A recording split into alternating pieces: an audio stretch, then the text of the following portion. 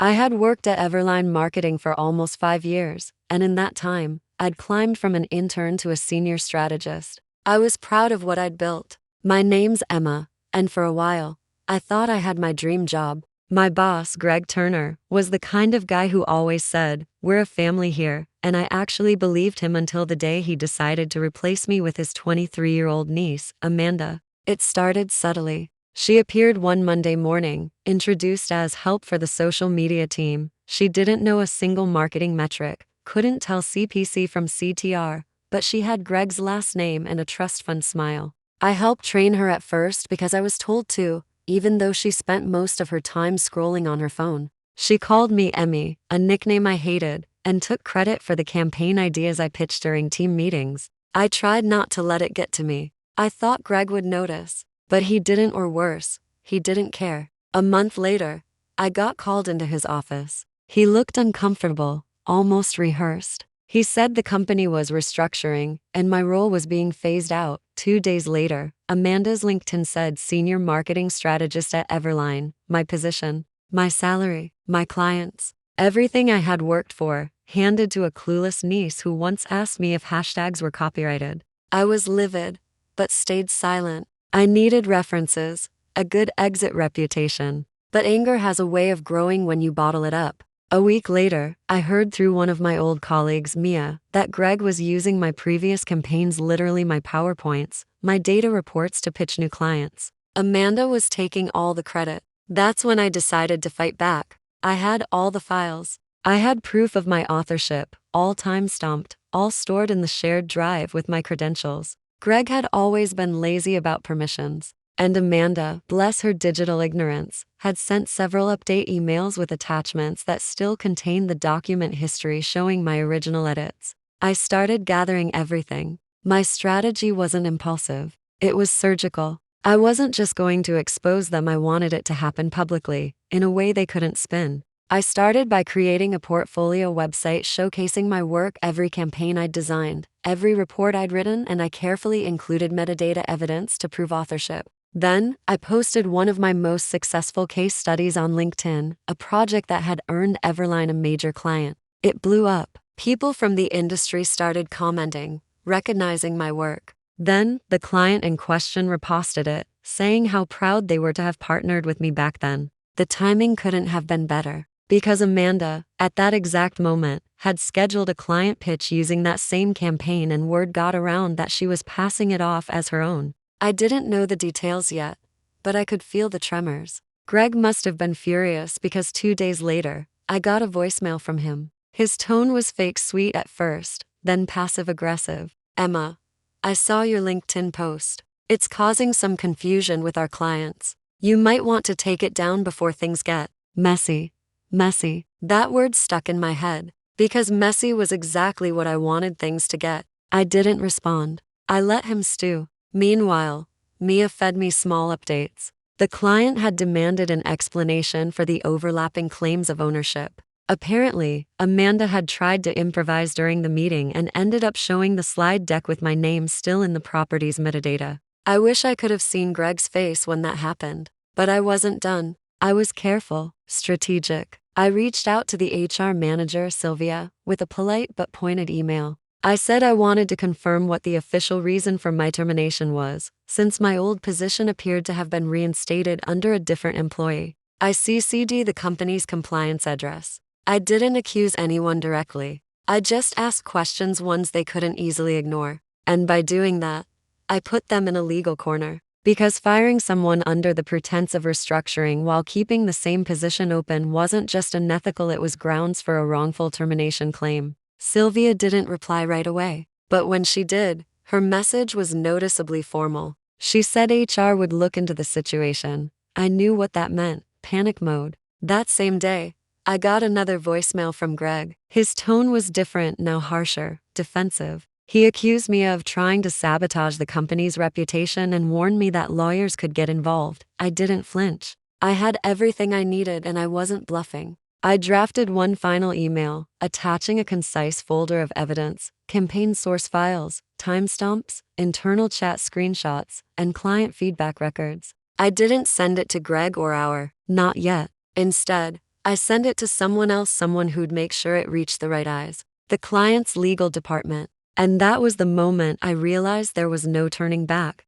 I didn't sleep much that night. My phone kept lighting up with LinkedIn notifications and text messages from old coworkers asking what was going on at Everline. The post had made waves bigger than I expected. By the time I woke up, 3 industry blogs had already shared my case study. My inbox was full of congratulations and job offers, but all I could think about was Greg and Amanda scrambling to contain the mess they'd made. Mia called me early that morning. She sounded both nervous and thrilled. "You really started something," she whispered. Apparently, Greg had been in a shouting match with Amanda in the conference room, loud enough for everyone on the floor to hear. The client I'd exposed them to, the biggest one, Everline, had frozen their contract until the issue was resolved. That meant no invoices paid, no cash flow, and chaos in management. I should have felt satisfied, but I didn't. Not yet. Because Greg still hadn't owned up. He was trying to twist the narrative, telling HR and upper management that Amanda had made a mistake and that I had overstepped by publicizing company property. But the truth was in the metadata. I didn't even need to defend myself. The documents spoke for themselves. The funny thing is, I wasn't the only one Greg had mistreated. Over the years, he'd pulled similar stunts, taking credit for his team's work, firing people quietly to replace them with relatives or friends. I knew HR had a record of complaints against him, but he'd always managed to bury them. This time, though, he couldn't hide behind his niece. The company's board had gotten wind of the situation, especially after the client's legal team escalated the matter. Everline was being audited internally. Mia said people were panicking, cleaning up emails, deleting chats. Greg was snapping at everyone. And Amanda, sweet, clueless Amanda, was apparently crying in the break room, saying she didn't know it was illegal to use my materials. I wanted to feel bad for her, but then I remembered the smug way she'd smiled when she took my office chair. Not anymore. I stayed quiet publicly. No statements,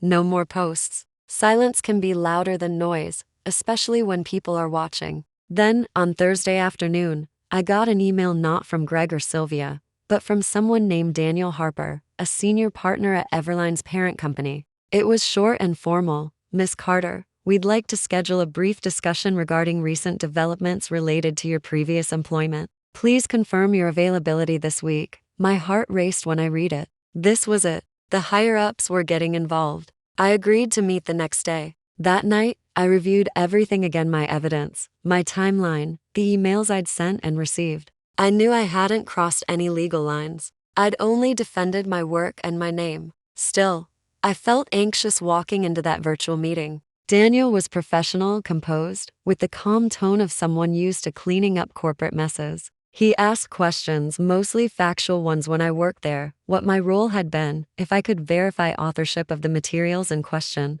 I answered truthfully and concisely. Then, at the end, he asked, "Do you have any personal grievances against Mr. Turner or Miss Collins that may have influenced your recent public post?" I smiled slightly. "Only the truth," I said. He nodded slowly, then thanked me for my time. It lasted less than 20 minutes, but I could tell he already knew everything. 2 days later, Mia texted me a screenshot. Greg and Amanda's names were missing from Everline's staff directory. The company had posted a vague statement online about personnel changes and commitment to integrity. I felt a rush of relief, but also an odd emptiness. I thought that was the end, that I could finally move on. But the universe had other plans. A week passed. I accepted a new job offer: remote, higher pay, better culture. It felt like closure. Until one evening, my phone rang with a number I didn't recognize. I let it go to voicemail, but when I checked, my stomach dropped. It was Greg. His voice was low, tired, and strangely calm this time.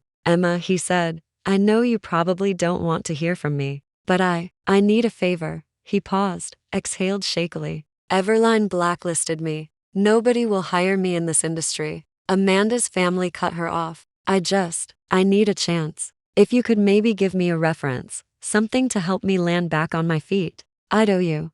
I replayed it twice, unsure if it was real. The same man who'd humiliated me, fired me for his niece, stolen my work, was now begging me for help. The irony was almost cinematic. I didn't know what to do. Part of me wanted to ignore him completely. Another part wanted to call back and laugh. But then, another thought crept in: what if I could use this? Not for revenge this time, but for something better. I didn't delete the voicemail. I saved it, because I had a feeling this story wasn't over. Not yet. I listened to Greg's voicemail again the next morning while drinking coffee, and it still felt unreal. The man who once stood behind a mahogany desk, smiling condescendingly as he told me I was no longer a fit, now sounded like a broken record of desperation. I didn't respond immediately. I wanted time to think. Greg wasn't just any bad boss, he'd cost me my career reputation for months. People had whispered, wondering why I left suddenly, what I'd done wrong. He'd taken my stability, my confidence, and replaced me with a spoiled amateur who couldn't even use Google Analytics.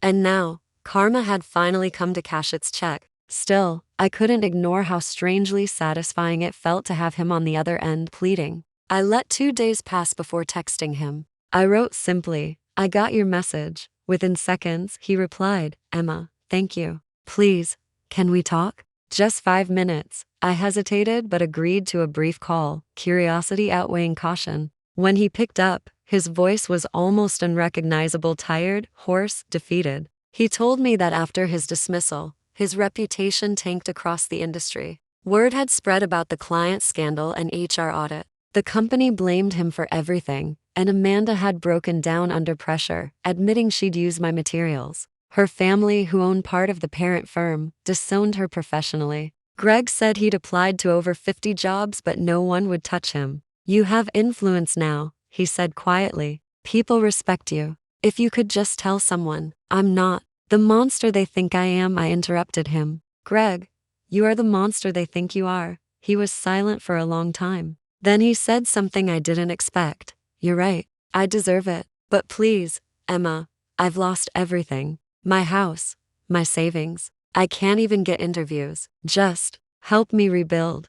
I could tell he wasn't lying. There was no smug tone, no manipulation, just pure collapse. I ended the call saying I'd think about it. I didn't owe him anything, but something about his downfall stirred an uncomfortable empathy in me. Still, I didn't trust him enough to get involved. Over the next week, he sent 2 more messages, short, polite, almost pitiful. "Any update? Still hoping we can talk." I didn't respond. But something unexpected happened around that time. I got a message from Daniel Harper, the same senior partner who had interviewed me during the investigation. He thanked me for my professionalism and asked if I'd consider consulting for Everline's new management team to help them rebuild their brand image. The offer was tempting. It felt like poetic justice. I accepted, partly for the paycheck, mostly for closure. On my first virtual onboarding call, I saw familiar faces: Mia, a few of my old team members, and a couple of new executives. The energy was completely different, transparent, collaborative. Daniel introduced me as the original strategist behind Everline's core campaigns, which felt like reclaiming a piece of my dignity. That night, I received yet another voicemail from Greg. He had found out I was back, technically working with the company that had fired him. "So that's it," he said bitterly. "You won. Congratulations. Guess that's karma." Then his tone changed again, resigned, hollow. "I don't blame you. But if there's any humanity left in you, Emma, don't kick me while I'm already down." I saved that voicemail too. But what he didn't know was that he'd already kicked himself long before I ever fought back. The more I worked with the new leadership, the clearer it became just how much damage Greg had caused: mishandled budgets, fabricated reports, and even deleted communications to cover up his niece's incompetence. He'd not only fired me unfairly, he'd almost sunk the company. And yet, for some reason, I couldn't feel pure hatred anymore. I felt something closer to relief and strange pity. Then came the twist I didn't see coming. One morning, Daniel messaged me, saying they'd received a reference request about Greg Turner from a small consulting agency. "Do you know this man personally?" he asked. "He listed you as a reference." I just stared at the screen, speechless. Greg had actually listed me, the woman he fired, exploited, and humiliated, as his reference. It was either audacious or desperate, maybe both. My first instinct was to expose him for even trying, to tell Daniel every ugly detail. But then I thought about it. Maybe this was my final move, the one that would decide how the story ended. I could ruin him completely, or I could choose to end the cycle. My conscience and my anger were at war. That night, I drafted two versions of the reference. One was scathing truth, unprofessional, manipulative, unethical. The other was neutral, acknowledging his skills but nothing else. Both sat open on my laptop for hours while I stared at them, remembering every smirk, every condescending meeting, every piece of credit he stole. At a.m., I made my decision and hit send. The next morning, I'd find out whether I'd just buried Greg for good or given him one last undeserved chance. I opened the email from the consulting firm with a small, irrational hope that whatever I'd written would sting him enough to finish the story cleanly. The reality was messier. The firm's reply was clinical, noting that references had been considered and that Greg's experience warranted further evaluation. They closed with a line about subjective impressions and final discretion resting with the panel. In short, my neutral reference had not destroyed him, but it had kept him from falling straight through the floor either. The universe, it seemed, liked messy outcomes. For a while after that message, nothing dramatic happened, just the slow, uneasy settling that follows a storm. Everline's new leadership continued restructuring, cleaning up contracts, and restoring client trust. My consulting engagement grew into a few months of work helping rebuild the brand image and training new account managers in ethical practices and documentation. It felt satisfying in a way nothing else had. I was rebuilding what had been taken, not from spite,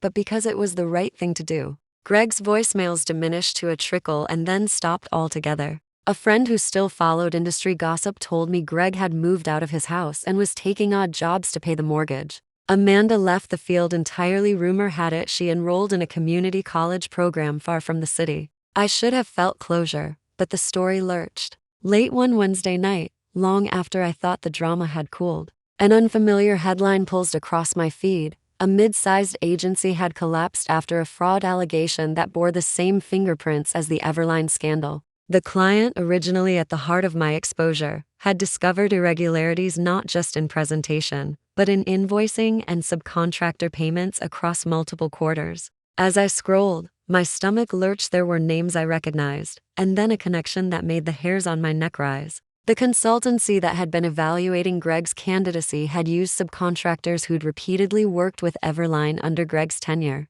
Suddenly, it wasn't just about my boss and his niece. It was about a tangled web of practices that had been quietly siphoning money, rewarding friends and family, and padding books under the guise of marketing campaigns. I reached out to Daniel and the new compliance lead. We convened an emergency review and discovered that Greg had been the pivot point for a constellation of unethical choices, awarding contracts without bids, obscuring deliverables, and allowing shell vendors to be paid for phantom services. The board, embarrassed and furious, widened their audit to include previous fiscal years. This forced one unpleasant truth into daylight: an entire paper trail of privilege and impropriety that implicated more than the two people I'd originally targeted. The aftermath unfurled quickly. Two executives who had quietly benefited found their resignations requested. Several vendors were blacklisted. The client pulled its accounts and filed formal complaints that rippled into regulatory inquiries. I watched the dominoes fall and felt a complicated pride, because my initial act, posting my work and asserting my authorship, had set this unraveling in motion. But I also felt a chill, because the cost was higher than I had imagined. Jobs disappeared. Families who had relied on paychecks were suddenly unmoored. It became clear that my fight for justice had caused collateral damage to people who were not necessarily villains. I had always believed in accountability, but now I had to face the moral complexity of the consequences. My role in the cleanup put me in strange proximity to people I'd once loathed. I found myself in long meetings where we debated restitution, whether severed employees should receive severance, and how to restore trust with clients who felt betrayed. During one of those late-night strategy sessions, Daniel posed a moral question I couldn't shrug off. If you could rewrite history, would you? I thought of my 5 years at Everline, late nights, personal sacrifices, the pride in a campaign that actually moved metrics.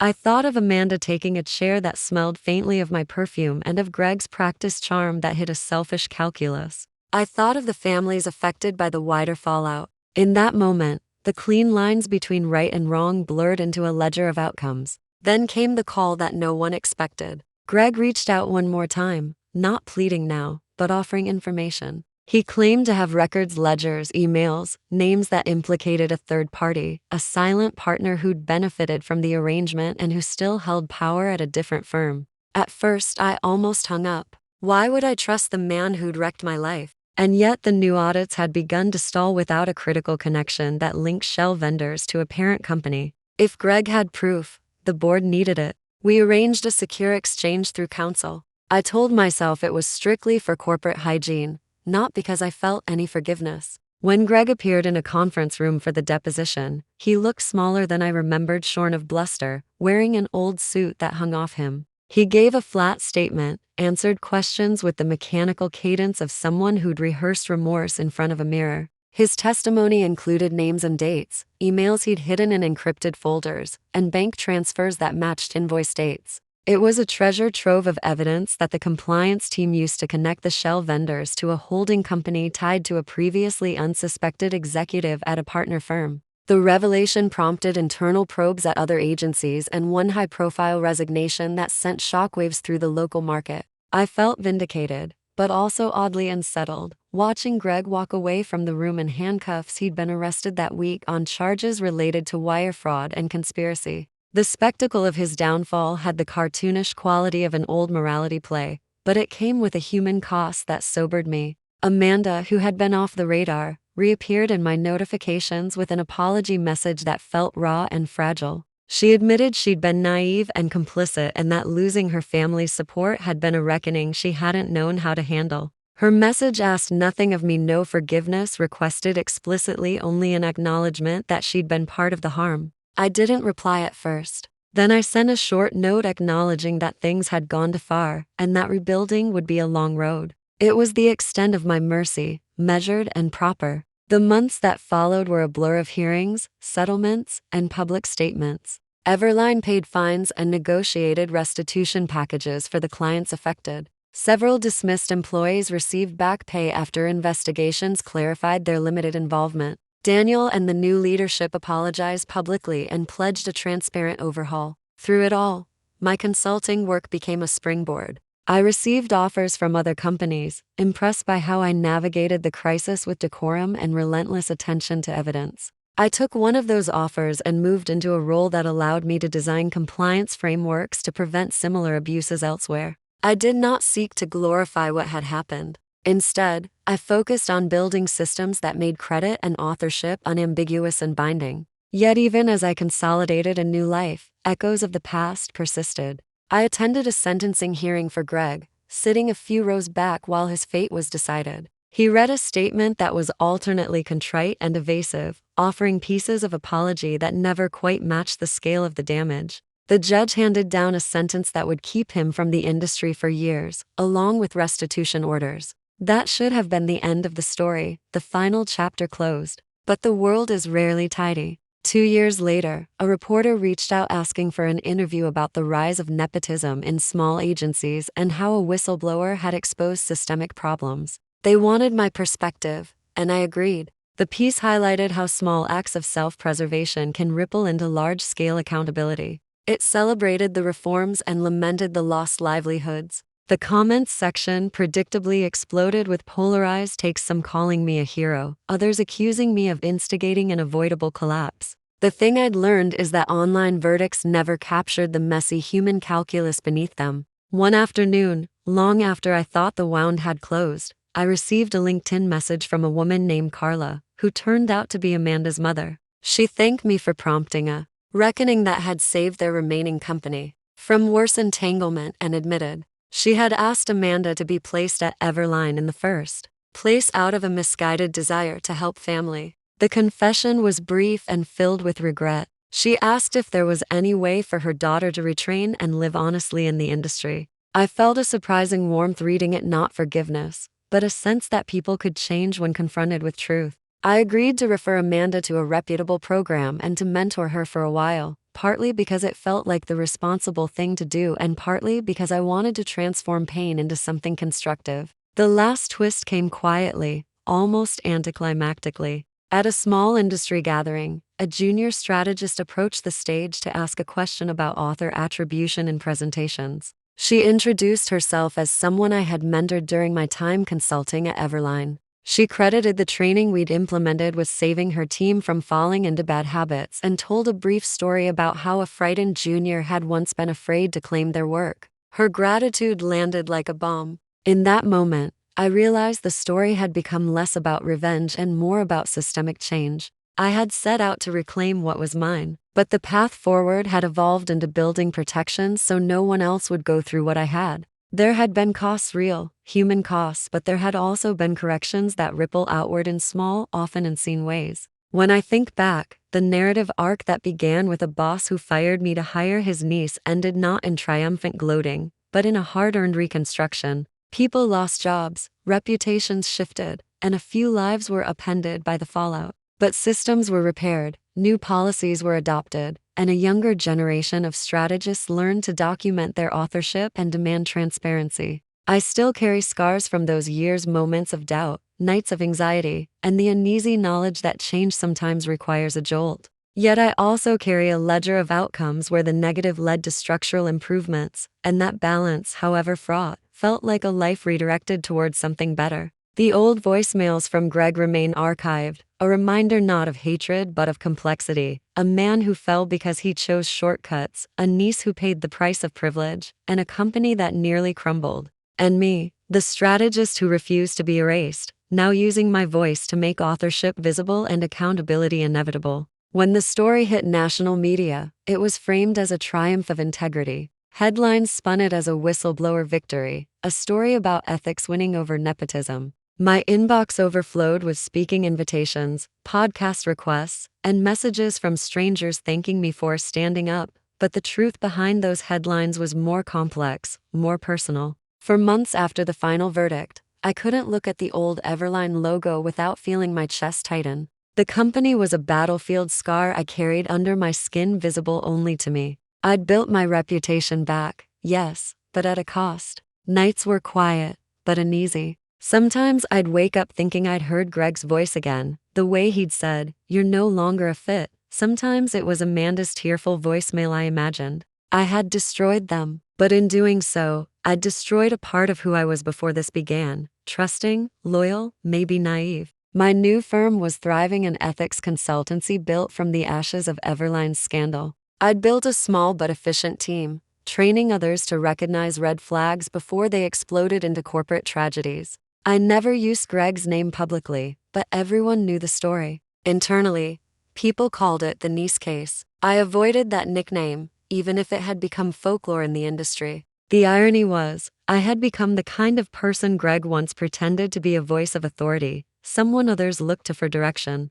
I wondered sometimes if that was victory or punishment. 6 months into the new job, an unexpected email appeared in my inbox. It was from Greg. The subject line read, "No request, just the truth." Against my better judgment, I opened it. It wasn't long, maybe 6 paragraphs. He said he'd been released early for cooperating in further investigations and that he'd found work teaching business ethics at a small community college. The irony nearly made me laugh out loud. He wrote that prison had been humbling, that watching his name burn online had been worse than any sentence. But then, his tone shifted. He thanked me not sarcastically, not defensively. He wrote, "If you hadn't done what you did, I would have kept thinking I could get away with it. You saved more than just your career, you saved me from myself." My stomach flipped reading that. It didn't erase what he'd done, but it made something heavy inside me unclench a little. He ended with, "I know an apology doesn't rebuild trust, but I'm trying to live in a way that honors the lesson you gave me.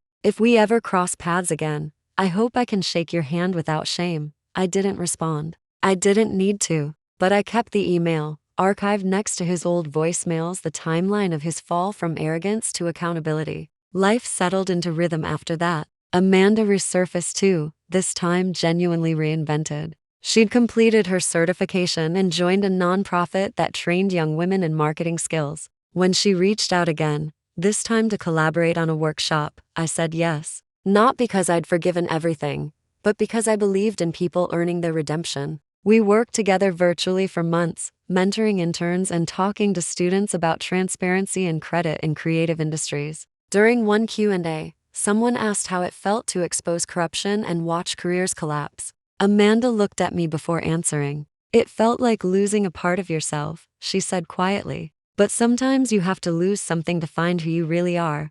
I couldn't have said it better. The students nodded, and I felt something strange in that moment, a genuine sense of closure. The past wasn't gone, but it no longer controlled me. That night, I sat alone in my apartment, thinking about how far things had come. I remembered the day I'd been fired, how I'd cried in the stairwell, humiliated and terrified. I remembered the long months of bitterness and revenge plans. I remembered the rush when I posted my work online, the validation, the fury. And I remembered the faces of everyone who'd gotten caught in the storm. For the first time in years, I didn't feel anger or guilt. I just felt still. There's something surreal about realizing your own story has turned into a cautionary tale taught in classrooms. The same man who'd wronged me was now using my downfall and his as a teaching tool. Amanda had become a mentor, and I had turned vengeance into purpose. It wasn't a fairy tale ending. There were still consequences. Everline never recovered fully, and dozens of employees had to start over elsewhere. But some found better paths, some opened their own agencies, and some even thanked me privately for forcing change. The last twist came one gray autumn morning, when I received a letter, yes, a handwritten letter delivered to my office. The return address was the community college. It was from Greg again. Inside there was a simple note. Spoke about ethics today. Told my students about a woman who fought for her name and, without realizing it, saved an entire industry from itself. I didn't use your name, but they asked if she forgave the man who wronged her. I told them, I think she did, quietly. I sat there for a long time after reading it. Maybe forgiveness wasn't a single moment, but a slow erosion of hate, a kind of quiet acceptance that justice and grace can coexist. I slipped the note into a drawer, next to the old company badge I'd kept from my Everline days, a relic of both my downfall and my rebirth. My story had started with humiliation, burned through revenge, and ended in reflection. I'd wanted justice and found it, but along the way, I discovered something harder: compassion without forgetting. Every time a new client asked me why I was so meticulous about credit, I smiled and said, experience. They didn't need to know the rest. But somewhere out there, a disgraced boss was teaching young minds about integrity. A once arrogant niece was helping others find their voice, and I, Emma Carter, the woman who refused to stay silent, had finally learned that real power isn't about revenge. It's about rewriting the story so no one else ever has to live it again.